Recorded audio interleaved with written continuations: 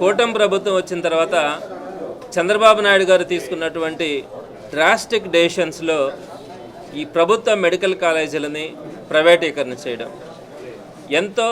గౌరవంగా గర్వంగా మా రాష్ట్రంలో పేద ప్రజల కోసం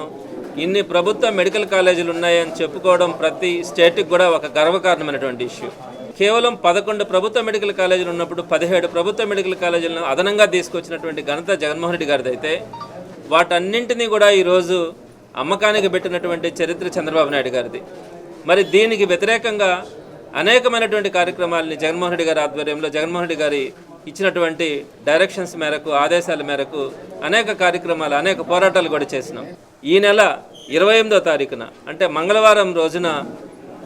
ర్యాలీగా వెళ్ళి కలెక్టరేట్లో కానీ ఆర్డీఓ ఆఫీసుల్లో కానీ తహసీల్దార్ ఆఫీసుల్లో కానీ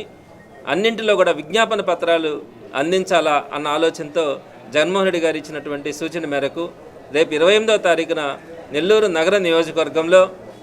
విఆర్సీ సెంటర్లో ఉన్నటువంటి అంబేద్కర్ స్టాచ్యూ దగ్గర నుంచి కలెక్టరేట్ వరకు ర్యాలీగా వెళ్ళి అక్కడ ఏదైతే వీళ్ళు తీసుకుంటున్నటువంటి డెసిషన్ ప్రభుత్వ మెడికల్ కాలేజీలను ప్రైవేటీకరణ చేయాలా అన్న అంశానికి దాన్ని ఇంకొకసారి ఆలోచించాలా, దాన్ని డ్రాప్ చేసుకోవాలా అన్న ఆలోచనతో ఆయనకి విజ్ఞాపన పత్రం ప్రభుత్వానికి పంపించడానికి కలెక్టర్ ద్వారా పంపించడానికి విజ్ఞాపన పత్రం కూడా ఆ రోజు ఇవ్వడం కూడా జరుగుతుంది.